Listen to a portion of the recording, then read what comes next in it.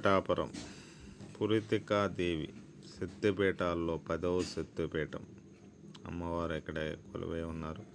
ఎంతమందికి తెలుసో లేదో తెలియదు కానీ ఈ సోషల్ మీడియా ప్రకారం చూసుకుంటే ఎన్నో వెలుగులోకి అయితే వస్తున్నాయి. కుక్కడేశ్వర స్వామి దేవస్థానం పాతగా వారణాసిగా ప్రసిద్ధి చెందింది.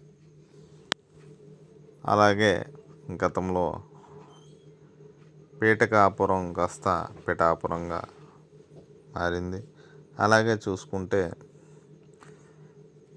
శ్రీపాదవల్లభ స్వామి జన్మస్థలం దత్త అవతారం చాలించిన తర్వాత శ్రీపాదవల్లభ స్వామిగా ఈ ప్రాంతంలో జన్మించారు. ఇక్కడే శ్రీ కుంతి మాధవ స్వామివారు శ్రీకృష్ణ పరమాత్మ సంబంధించిన దేవస్థానం 5వది దేశవ్యాప్తంగా. అలా చూసుకుంటూ పోతే చరిత్రలో ఎన్నో అద్భుతాలు, ఎన్నో విశేషాలు. ఒక విధంగా చూసుకుంటే పిఠాపురం అన్నది ఇప్పుడు ఉమ్మడి ఈస్ట్ గోదావరి గతంలో అన్నా ఇప్పటికి వచ్చి కాకినాడ జిల్లా పక్కనే ఉన్నది ఒక నియోజకవర్గం. ఇవన్నీ కూడా చూసారా, ఇవన్నీ కూడా చిన్న చిన్న వీధుల్లో ఉంటాయి. మనం అడిగి తెలుసుకోవాలి. నేను వెళ్ళేటప్పుడు ప్రతి ఒక్క టైం కూడా ఏదో ఒక ఎక్స్పీరియన్స్. 10వ శక్తిపీఠం పురితికాదేవిని చూసేటప్పుడు ఆశ్చర్యం వేసింది. కుక్కడేశ్వర స్వామి, అలాగే నీకు పీఠకాసురుడు పాదుకులు, అలాగే శ్రీమన్నారాయణ పాదుకులు, సాక్షాత్తు పీఠకాసురుడు పాదుకులు, దత్తపీఠం, దత్తాత్రేయ స్వామివారి టెంపుల్. ఇంకా చరిత్రలో చాలా కనుమరుగయ్యాయి దేవస్థానాలు. ఎందుకంటే ఇది ఒక ప్రత్యేకమైన డెవలప్మెంట్ పరంగా చూసుకుంటే ఒక వెలుగెలిగింది. నా అనుభవాలు మీకు పంచుకుంటున్నాను. ఇంకా ఏవో తెలియని విషయాలు ఇంకా దాగి ఉన్నాయని నేనైతే విశ్వసిస్తున్నాను. నేను ఏదో ఒక విధంగా గోపాల బాబా ఆశ్రమం 108 సంవత్సరాలైన జీవించి సజీవ సమాధయ్యారు. ఇవన్నీ వెళ్ళేటప్పుడు నాకే ఆశ్చర్యం అనిపిస్తుంది. ఎక్కడికో వెళ్తూ ఉంటాము. యూపీ నుంచి వచ్చి కూడా, ఉత్తరప్రదేశ్ నుంచి వచ్చి కూడా భక్తులు ఇక్కడ దర్శించుకుంటే మనం పక్కనే ఉండి ఎక్కడికో వెళ్తూ ఉంటాం.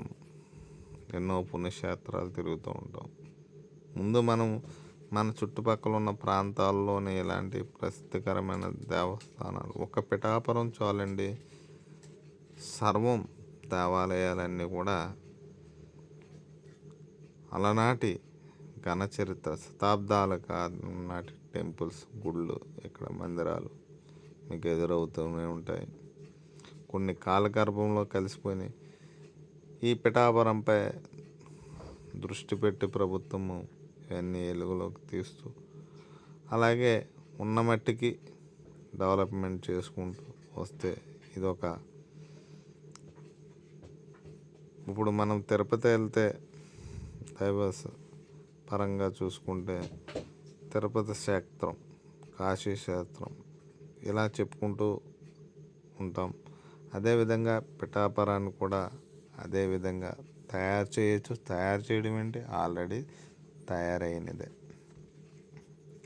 కానీ ఏంటంటే ఇక్కడ ఉన్న చరిత్రను బయటికి ప్రపంచానికి చూపించే ప్రయత్నం కొంతమంది మాత్రమే చేసి ఉండొచ్చు.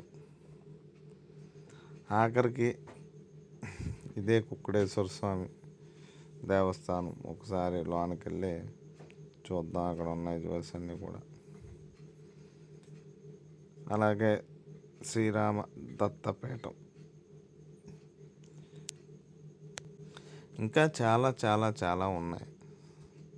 ఒక్కొక్కటి నాకు, నేను ఈ చుట్టుపక్కల స్థానికున్నయ్యుండి కూడా నాకే తెలియలేని రహస్యాలు ఎప్పుడు కూడా చూస్తూనే ఉంటున్నాను.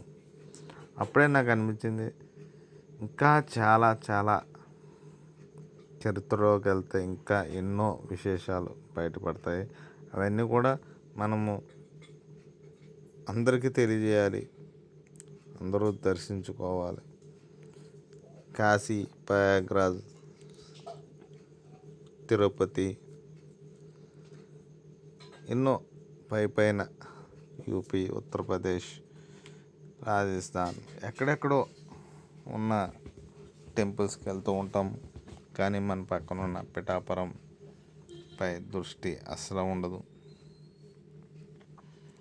అక్కడ వాళ్ళు ఇక్కడికి వచ్చి దర్శించుకోవాలని తపంతో వేలాది కిలోమీటర్లు ప్రయాణం చేసుకుంటూ ఈ స్ట్రీట్లో చిన్న చిన్న స్ట్రీట్లో నడుచుకుంటూ వచ్చి దర్శించుకుని అక్కడే రూమ్స్లో ఉండి ఆరాధించుకుని వివిధ రకాలుగా నేను వీడియో అయితే తీశాను. కానీ నాకు సంబంధించింది నా అనుభవం మీతో షేర్ చేసుకుంటున్నాను.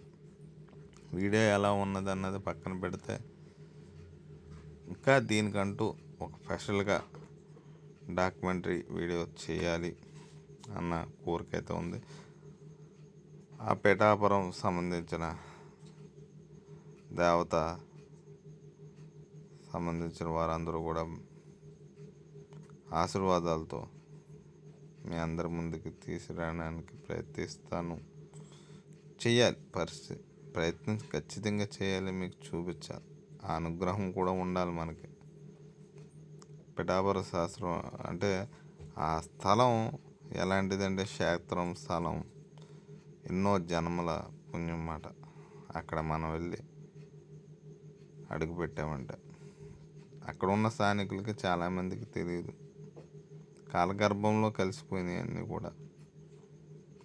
నిజంగా చాలా సంతోషం వేసింది. ఓకే ఫ్రెండ్స్, నెక్స్ట్ వీడియో కలుద్దాం. బాయ్, జై హింద్.